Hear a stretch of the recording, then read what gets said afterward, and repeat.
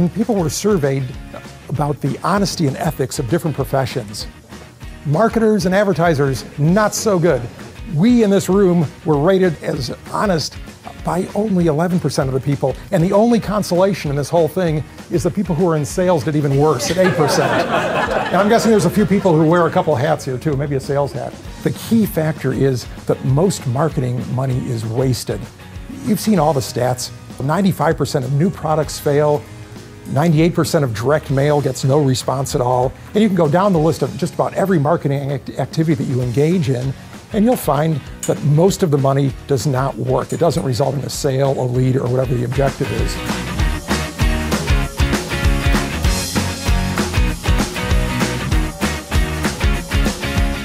Our brains hate the second kind of process because it's hard work. It's very difficult for us to think through things in a logical manner. And so whenever we can, we take shortcuts, and the decision is made by the emotional, intuitive side of our brain. And then oftentimes the rational side of our brain simply justifies the decision that was previously made. And the point of all this is that there's no single theory that explains all behavior and all persuasion. You just can't say, well, okay, I've got Cialdini's 6 principles, I'm done. I just have to work with those. You need to use the right tool and the right technique for your application.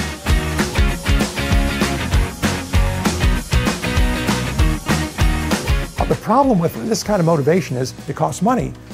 Sure, you could sell more if you offer people a 10% bigger discount, but that costs you money to do. So you want to focus when you can on at least some of your offer being a non-conscious motivator, one or more. And the reason these non-conscious motivators are important is if we look at our brain, neuroscientists generally agree that only about 5% of our decision-making processes are conscious. The remaining 95% are non-conscious.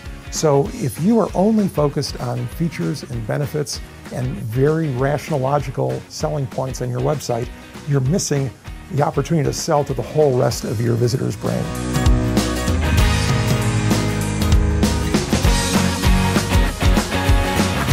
You're all familiar with the About Us page where you've got a bunch of suits staring into the camera, looking stiff. And this one, they've all got their pets. They're holding them up. They look really happy and pleased. I don't know if these are really their pets or if they rented them for the day or maybe got them at the taxidermist, but these guys look like they're happy about their pets. And a pet owner who visits them is going to say, okay, these aren't just guys trying to take my money. These are pet owners like me. I can trust them to deliver me good products and fair value. I'd probably let the cat out of the bag, but who thinks the first one would convert better? Okay, who thinks the second one would convert better?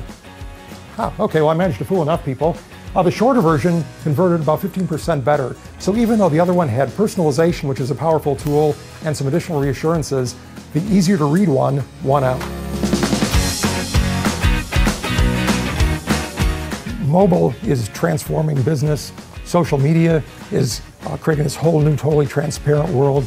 Big data, even though we don't necessarily understand its full implications, is going to change marketing tremendously going forward.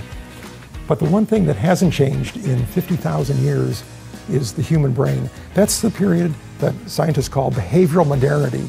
So 50,000 years later, we're still using our iPhones, looking at all these screens and so on, but we're operating with the exact same firmware that we were 50,000 years ago. And so if you want to be successful and reduce your marketing waste, market to the way our brains work, and that'll help you cut that waste.